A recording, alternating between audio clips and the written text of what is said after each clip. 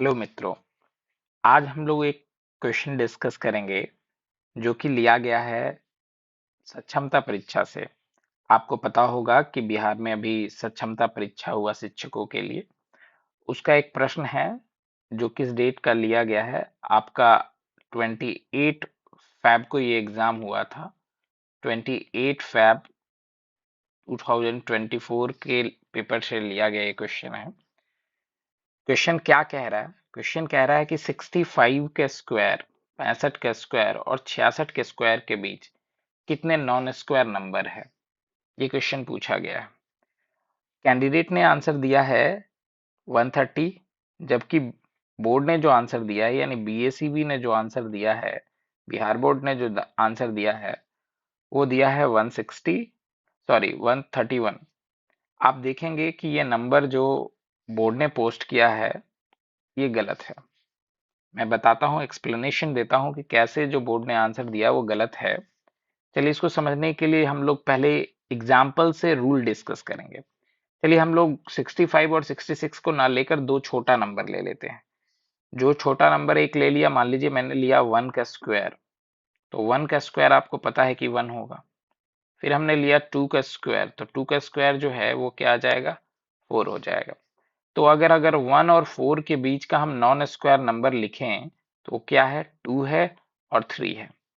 मतलब 1 और 4 के बीच जो नॉन स्क्वायर नंबर है ये दोनों हमारा नॉन स्क्वायर नंबर है। नॉन स्क्वायर नंबर है, ये नंबर स्क्वायर नहीं है। अब अगर इसी तरह से एक और एग्जांपल लेते हैं। मान लीजिए हमने चुना क्या है, एक नंबर। हम लोग एक नंबर चुन ले रहे 2, 2 का स्क्वायर लिखते हैं, 2 का स्क्वायर हो गया 4। हम लोग दूसरा नंबर चुन लेते हैं कंटिन्यूअस, 3 का स्क्वायर कर लेते हैं, हमारा 9। अब 4 और 9 के बीच का नॉन स्क्वायर नंबर अगर हम पता करें तो ये हमारा 4 हो गया, ये हमारा 9। इसके बीच में आपका नंबर है 5, फिर नंबर है 6, फिर नंबर है 7, फिर नंबर है 8। अगर फिर आप यहाँ देखेंगे तो आपको मिलेगा कि इसके बीच कितने नॉन स्क्वायर नंबर है, तो 1 2 3 4। यहाँ पे नॉन स्क्वायर नंबर 2 थे, यहाँ पे नॉन स्क्वायर नंबर आपको कितने मिल रहे हैं, नॉन स्क्वायर नंबर जो है आपको कितने मिल जा रहे हैं, 4 मिल रहे जा रहा है। अब एक और एग्जांपल दे लेते हैं हम लोग। तो हम मान लीजिए एक नंबर हमने लिया 3, 3 का स्क्वायर लिखा 9। फिर हम लोग ले लेते हैं दूसरा नंबर 4, 4 का स्क्वायर हो जाएगा कितना, 16। अब 9 और 16 के बीच हम लोग देखते हैं कि नॉन स्क्वायर नंबर कौन कौन सा आता है। तो 10 आ गया, 11 आ गया, 12 आ गया, 13 आ गया, 14 आ गया, 15 आ गया। यानी ये नंबर्स जो हैं वो आप देख पा रहे होंगे कि इसके बीच जो नॉन स्क्वायर नंबर है ये कुछ ये है। ये हमारा नॉन स्क्वायर नंबर है, नॉन स्क्वायर नंबर है हमारा ये। नॉन स्क्वायर नंबर को काउंट अगर करें तो 1 2 3 4 5 6, 6 आ रहा है हमारा। ये नॉन स्क्वायर नंबर हमारा 6 आ जा रहा है। अगर हम इसी तरह से बात करें, एक रूल अगर हम फाइंड कर लें कि अगर जो स्मॉलेस्ट नंबर दिया गया हो, जैसे मान लीजिए यहाँ पे n है, यहाँ पे ये है, या फिर यहाँ पे ये है, जो स्मॉलेस्ट नंबर दो नंबर में दिया गया है उस नंबर को अपन n मान लेते हैं।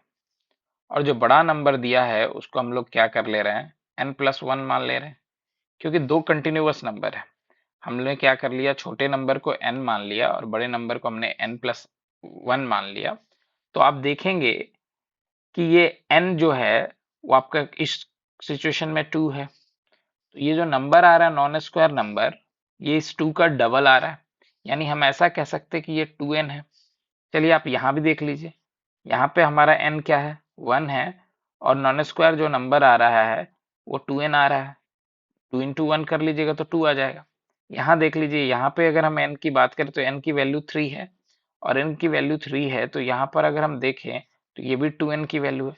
यानी हम एक रूल कह सकते हैं, रूल कि अगर n और n+1 दो नंबर हों और आपको n स्क्वायर और n+1 के होल स्क्वायर के बीच का नॉन स्क्वायर नंबर पता करना हो, नॉन स्क्वायर नंबर पता करना हो, तो ये जो होता है वो आपका 2n होता है। इस रूल से अगर हम देखें तो क्वेश्चन में कहा गया है 65 का स्क्वायर एंड 65 का स्क्वायर, इट मीन्स हमारा इस क्वेश्चन के अकॉर्डिंग n की वैल्यू कितनी हो जाती है, 65। तो इसके बीच का जो नॉन स्क्वायर नंबर होगा, नॉन स्क्वायर नंबर होगा वो क्या हो जाएगा, आप 2n इट मीन्स क्या हो गया 2 इंटू 65, इट मीन्स क्या 130।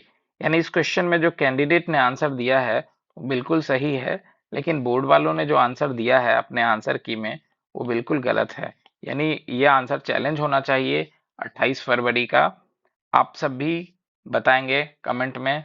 Thank you.